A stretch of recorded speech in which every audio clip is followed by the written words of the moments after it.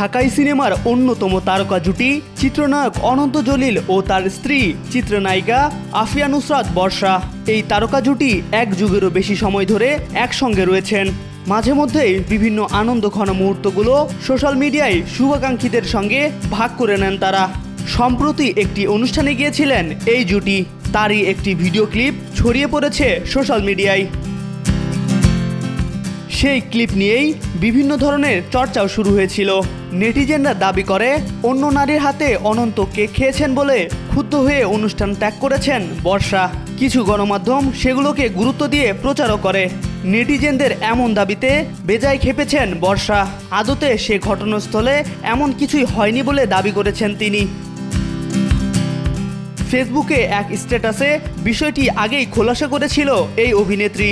তিনি লিখেছেন, সঠিক তথ্য না জেনে খবর প্রকাশ করা কোন দেশের কাজ? নিজেই জানলাম না কে কাকে কি খেতে দিয়েছে, এবং চামচ দিয়ে দিয়েছে না চামচ ছাড়া, চিনিযুক্ত না চিনি ছাড়া।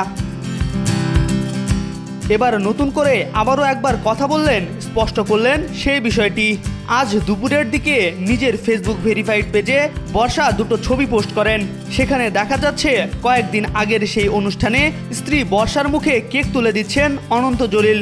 আনন্দঘন সেই মুহূর্তের ছবির ক্যাপশনে নায়িকা লিখেছেন, ভাগ্যিস তুমি কাউকে কিছু খেতে দাও নাই।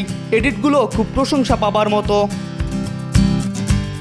লাস্ট সময় এই সুন্দরী নায়িকা আরও লিখেছেন, এটা খুব সাধারণ ব্যাপার ছিল কিন্তু, আর এই এডিটিংয়ের যুগে নিজেরা নিজেদের মতো মজা করে নিলেন। আমিও খুব হেসেছি, সঙ্গে আপনাদের ভাইও। এ অভিনেত্রী আরও লিখেছেন, মজার ব্যাপার হলো মেয়েটা কে ছিল আমরা দুজন কেউ চিনি না। এমন তুচ্ছ একটি ঘটনার ভুল ব্যাখ্যা দিয়ে সংবাদ পরিবেশন করায় তিনি ক্ষুব্ধ হয়েছেন এবং সাংবাদিকদের আরও দায়িত্বশীল হওয়ার আহ্বান জানিয়েছেন। এম আর আকাশ, আজকাল।